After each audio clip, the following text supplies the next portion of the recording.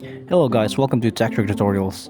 Let's talk about the Elon Musk Dodgecoin versus Bitcoin. So it's basically his view in comparing the two on which is better. um, is that it actually does have a much higher transaction volume capability than Bitcoin, and the cost of doing a transaction, the Dogecoin fee is very low. Like right now, if you want to do a Bitcoin transaction, the price of doing that transaction is very high, so you could not use it effectively for most things. So according to Elon Musk himself, the Dogecoin basically, as you can see on the crypto graph here, as basically on months to years to basically 1 year to 5 years max. As you can see, the trajectory of their graph here is sort of like a slow trajectory going up. So there's definitely a spike here in the middle, but when you compare it to the Bitcoin, you can see that the start, if you're comparing this to Bitcoin actually starts a little bit slower than that, because if you can see the 1 day mark here, it just spirals downhill. But why do you think Elon Musk, I'm sorry for that, why do you think Elon Musk prefers Bitcoin than Dogecoin? Let's take it from him. And nor could it even scale to a high volume.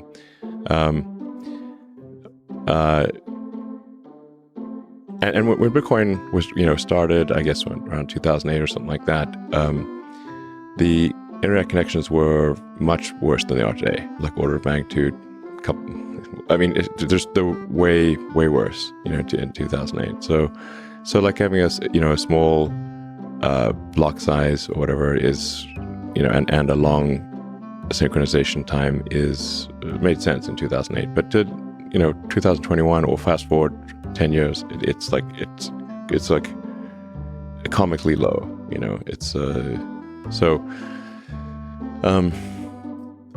And I think there's some value to having a linear increase in the amount of currency that is generated.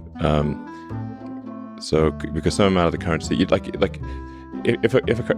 a currency is too deflationary, or should say, if a currency is expected to increase in value over time, there's reluctance to spend it, because you're like, I'll just hold it and not spend it because its scarcity is increasing with time. So if I spend it now, then I will regret spending it. So I will just, hodl it. But if there's some dilution of the currency occurring over time, that's more of an incentive to use it as a currency. So Dogecoin, just somewhat randomly, has just a fixed number of sort of coins or hash strings that are generated every year. So there's some inflation, but it's not a percentage base. It's a fixed number. So the percentage of inflation will necessarily decline over time.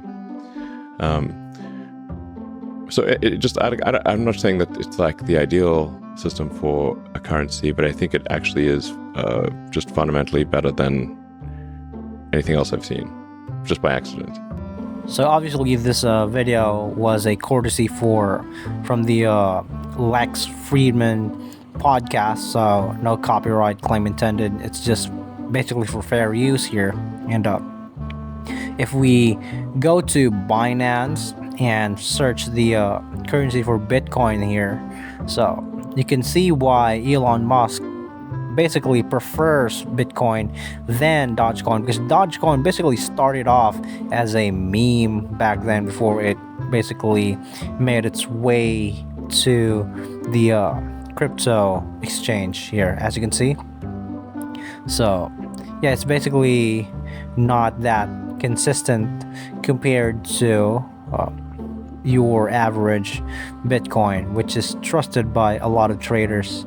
But for that, basically for that case, it's also a good thing that it's fairly new. The Dogecoin is fairly new, because that means that we could still be able to see some changes in the future, perhaps positive or perhaps negative on this regard. But yeah, we'll see for sure. But Elon Musk seems to be really fond with Bitcoin, so he's been a Bitcoin guy for uh, basically almost his entire career. So that's just basically it, guys. What do you guys think? Thank you so much for watching Tech Trick Tutorials, and you guys have a nice day.